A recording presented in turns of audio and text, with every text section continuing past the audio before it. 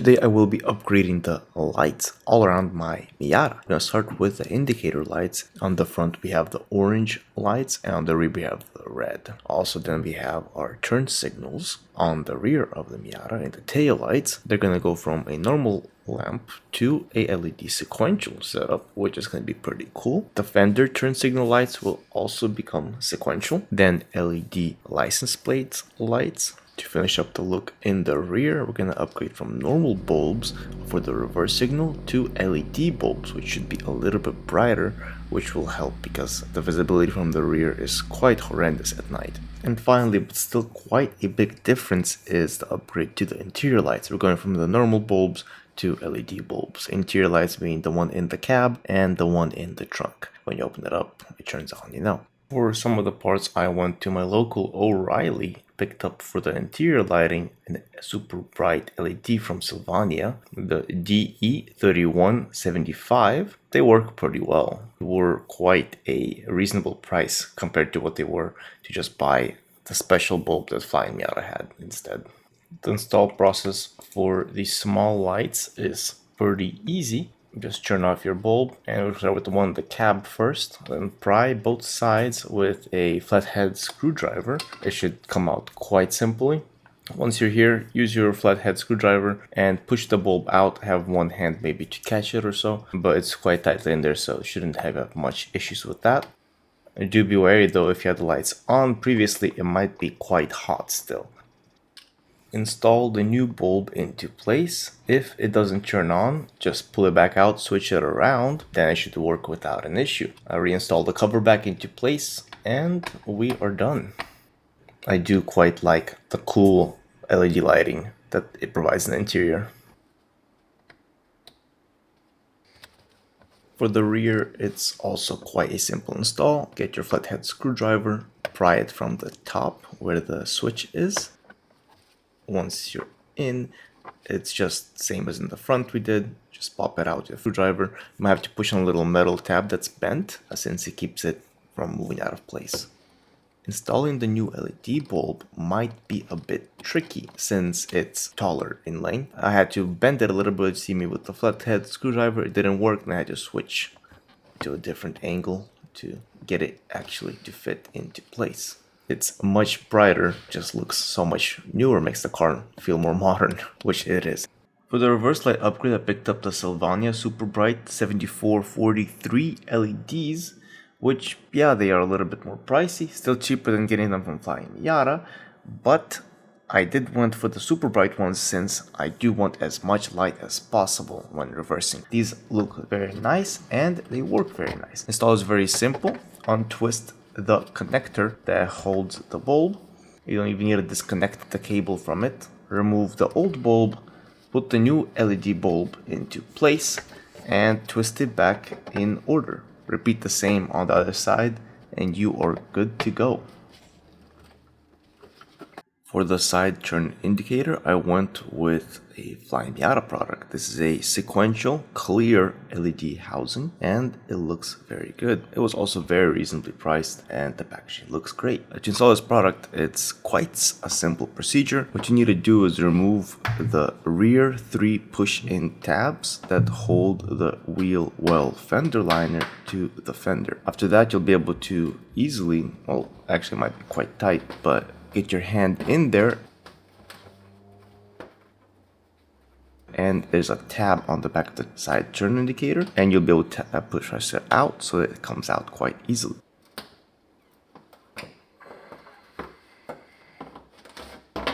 At this stage you might as well just clean the fender because there's probably some dirt and dust and such hidden behind that indicator and get ready to install the new one.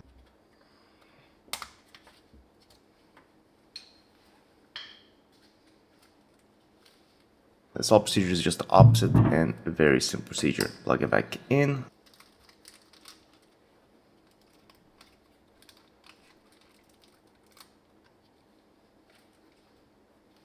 Push it into place, put the tabs for the fender wheel well liner, and you're good to go.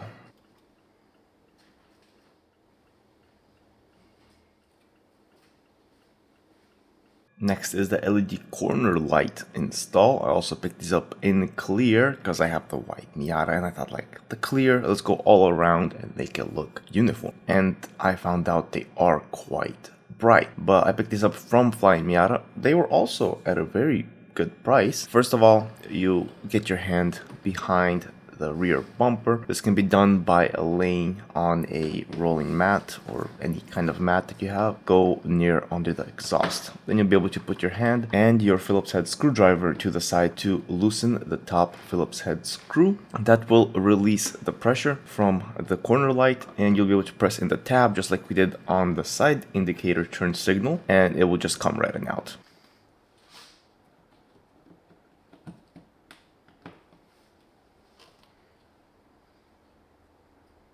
After this, unplug. I also did a little bit of cleaning because, I mean, you never get to this area usually, so a little bit of cleaning, why not? It won't hurt.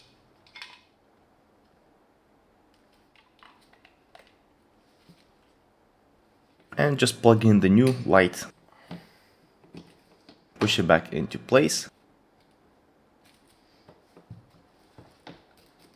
Make sure to tighten that Phillips head screw into place as well. You should be good to go. I have to say, these are extremely bright. And I am very happy about that because the Miata is a small car and not many people see them. But let me tell you, I've had less trucks try to turn in on me because my car is just so much more visible at night. I'm very happy about that. Next is the license plate LED assembly, which I also picked up from Flying Miata, and are in my opinion the better choice than getting just LED bulbs and putting them in the original housing. This gives more lights because this is a board with LED lights. It is more equally distributed lighting for the rear license plate. Installing these was quite hard and it was quite tedious getting them actually out, the original housings out. But you need to use two screwdrivers, one to push the tab in, the other to pry the light housing down. The cables, the connectors to the light housing, are taped to the rear side of the bumper. So if you pull on it, it's fine. You can give it a little bit of strength and it should still be held into place by the tape, but you need to maneuver it since it's really in there and it doesn't want to come out. At first I tried just removing the light connector that connects to the wiring harness out from the original housing, install it this way with the new LED harness, but that did not work and proved fatal because, well, there is some room and some wiggle room with the connecting harness, but it's not much. So the better thing is to disconnect the main connector where the bulb was in and install the LED wires into it, connect that up to the new LED housing that we have, and then put it back into place. This way it's much more simple and you won't spend as much time struggling as I did.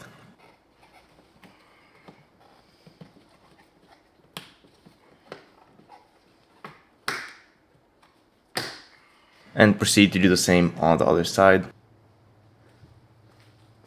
These look quite great.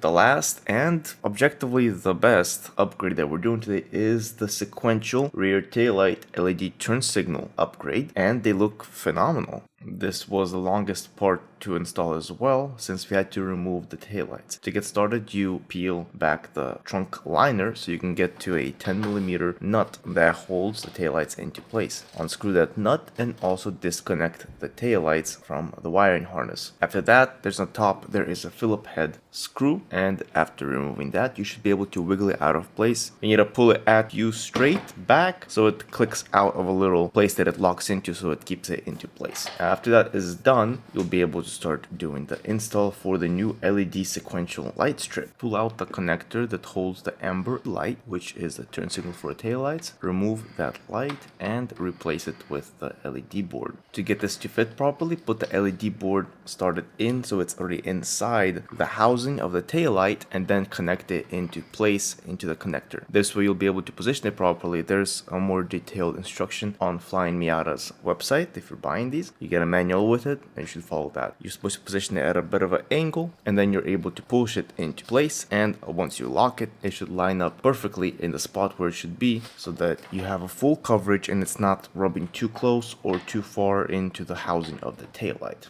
Once that's done, reassemble the taillight back onto the car, retighten the top Phillips head screw and the 10mm nut on the back, Install the included harness that we have that goes in between the car's wiring harness and the taillight wiring harness. This is where the capacitor or resistor will connect to. Get this into place. I struggled quite a bit. Also, my focus on the lens was off because I forgot to lock it, so sorry about that. But after getting that into place, you can now get ready to position the capacitor or resistor into a place. It comes with a double-sided tape on the bottom. Just find a place that's nice, clean off that place, use some, I don't know, lacquer thinner or some isopropyl alcohol. Get the area nice and clean so that there's nothing sticky there, so it sticks and it doesn't go out of place. That part, the capacitor or resistor, will heat up, and it heats up quite a bit since it's taking the extra ampage or current into itself and dissipating it through heat. So nice clean place, position it, stick it into place, and now reassemble the liner and you're good to go. Repeat the same with the other side.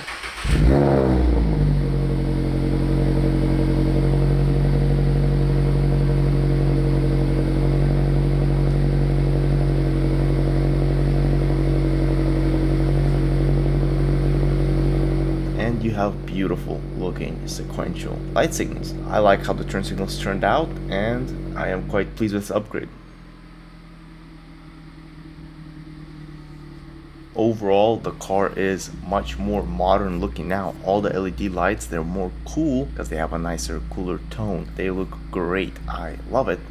This whole upgrade was a bit pricey, but for what you get, I think this is great. It's a nice OEM Plus upgrade that anyone can do. Doesn't change much, but it gives that extra accent to the car and extra visibility because all the lights are brighter. Most of the corner lights are the most important because now I am more visible. I'm like a little light bulb on the road and people can see me, which is great because Miata is a small car. Thanks for watching. I'll catch you guys next time, and I don't know what the video will be. I'm sorry that I've been slacking and not creating videos as often, but I hope to change that in the near future. Catch you guys next time.